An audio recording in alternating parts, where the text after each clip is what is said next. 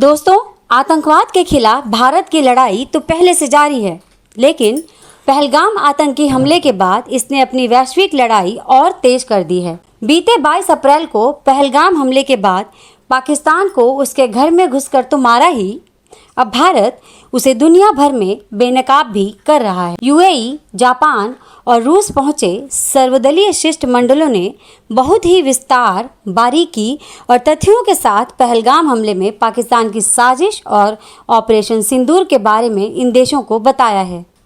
भारत ने स्पष्ट रूप से इन देशों को बताया है कि भारत की यह कार्रवाई पहलगाम आतंकी हमले के जवाब में थी।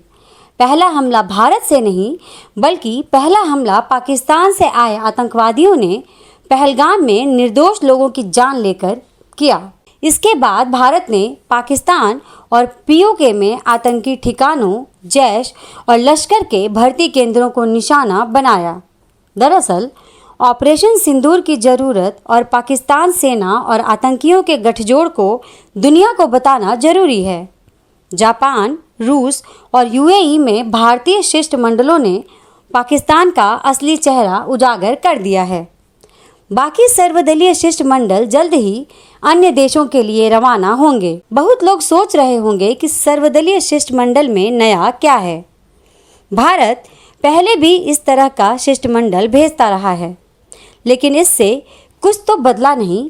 आतंकी हमले इसके बाद भी होते रहे, तो इसे भेजने का फायदा क्या है? बात सही है, चाहे 2001 का संसद पर हमला हो या 26/11 का मुंबई हमला, इन हमलों के बाद भारत सर्वदलीय शिष्टमंडल भेजता आया है। दरअसल ये आतंकी घटनाएं 17 से 20 साल पहले की हैं। 17 से 20 साल पहले का भारत कुछ और था, लेकिन आज का भारत कुछ और है, और यह बदला हुआ नया भारत है। आज आर्थिक, सैन्य, कूटनीतिक और राजनीतिक रूप से भारत की हैसियत और वैश्विक रुतबा पहले से कहीं ज़्यादा है।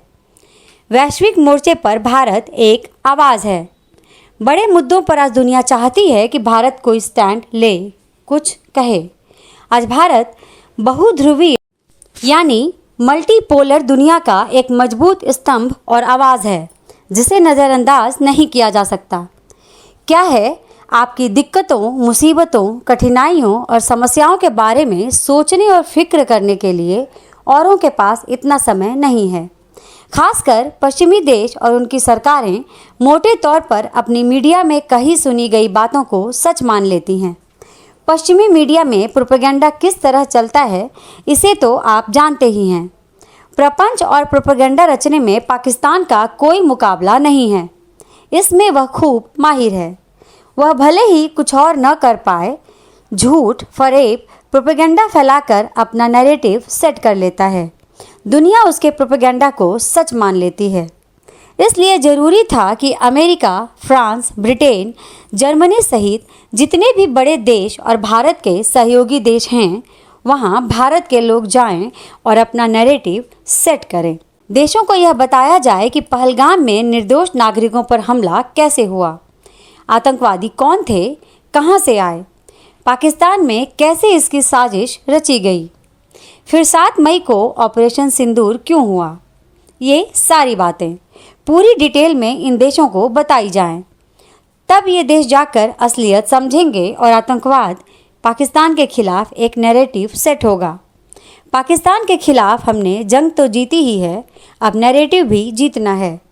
नैरेटिव जीतने के लिए नैरेटिव सेट करना पड़ता है, लगातार बोलना पड़ता है, समझाना, बताना और समर्थन जुटाना पड़ता है। इसलिए नैरेटिव सेट करना जरूरी है। नैरेटिव आपने नहीं जीता तो आप जीती हुई जंग भी हार जाते हैं। इसलिए सर्वदलीय शिष्टमंडल का भेजा जाना एकदम सही कदम है। शिष्टमंडल में भारत की सभी बड़ी पार्टियों के सांसद हैं। अलग अलग दलों के सांसद भारत का प्रतिनिधित्व कर रहे हैं। ये सभी जब एक सुर में बोलेंगे तो इसका बहुत भारी असर होगा। पाकिस्तान की अंतर्राष्ट्रीय फजीहत और किरकिरी तो होगी ही। दोस्तों, हमारे इस वीडियो को लाइक, शेयर और चैनल को सब्सक्राइब जरूर करें। धन्यवाद।